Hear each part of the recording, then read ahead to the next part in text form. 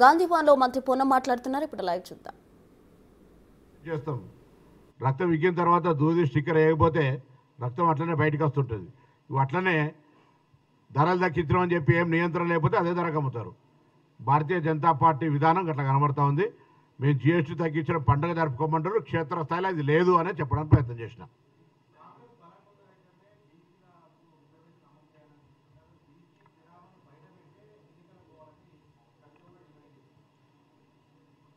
సరే, ఇప్పుడు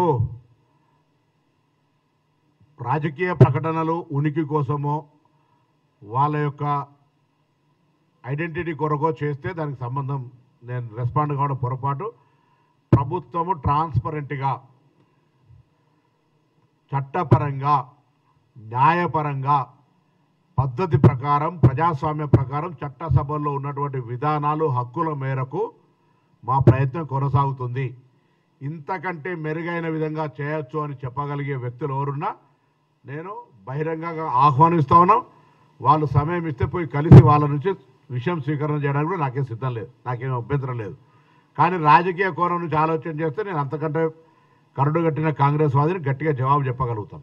మా పార్టీ కానీ మా ప్రభుత్వం కానీ బలహీన వర్గాలకు న్యాయం చేసే అంశానికి సంబంధించి చిత్తశుద్ధితోటి పద్ధతి ప్రకారంగా ప్రభుత్వం పక్షాన రిజర్వేషన్లు ఇచ్చేటువంటి ప్రక్రియకు ముందుకు పోతా ఉంది.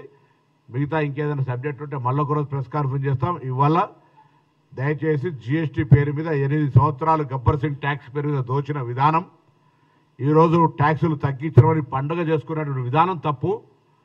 ఎక్కడ కూడా ఆ ప్రభావం లేదు. మొన్ననే నిర్మలా సీతారామన్ గారు వైజాగ్ వచ్చినప్పుడు 6 నెలలల్లా 22 లక్షల కోట్లు సంపాదించడం ట్యాక్స్ పేరు మీద చెప్పినటువంటి వ్యక్తి ఇవాళ రాష్ట్రాల దేశంలో ఉన్న ప్రజలందరికీ మేమేదో గొప్ప మెహర్బానీ చేసినాం, మేము ఈ దేశంలో ఈ ప్రజలు బతకడానికి మరొక విప్లవాన్ని, ఆర్థిక విప్లవాన్ని తీసుకొచ్చినాం. ఆనాడు ఇందిరాగాంధీ గారు ఇచ్చిన గరీబీ హఠావోనో లేకపోతే పేదరిక నిర్మూలనకు చేసినటువంటి పెద్ద విప్లవాత్మక కార్యక్రమం చేసినట్టు చెప్పుకునే ప్రయత్నం చేస్తున్నారు. ఇది దురదృష్టకరం. రాజకీయాలు ఇంత దిగజారుడుతనం ఉంటుందని నేను అనుకోలే.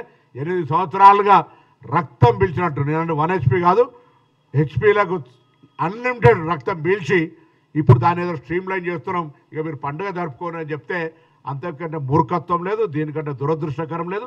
భారతీయ జనతా పార్టీ వైఖరి పట్ల ప్రజలు అర్థం చేసుకొని ఇంతకుముందు మిత్రులు అడిగినట్టుగా ధరలు తగ్గించినాయని చెప్పేసి పండుగ జరుపుకోమంటే పోయి కొనుగోలు చేసిన దగ్గర మాత్రం ఏ ఒక్క రూపాయి ధర తగ్గినటువంటి ప్రభావం లేదు. దీని మీద భారతీయ జనతా పార్టీ జవాబు చెప్పాలని డిమాండ్ చేస్తాను.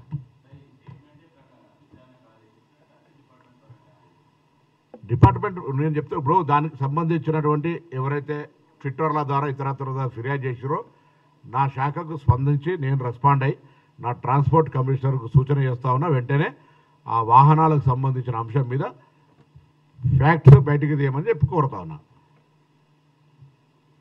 ఎందుకంటే నా ప్రభుత్వం వచ్చినాక జరిగినట్టుంటే నాకు దాని మీద ఐడియా ఉంటుంది. నా ప్రభుత్వం రాకముందే ఉన్నటువంటి వాహనాలను మేము వాడుతున్నాం. నమస్కారం.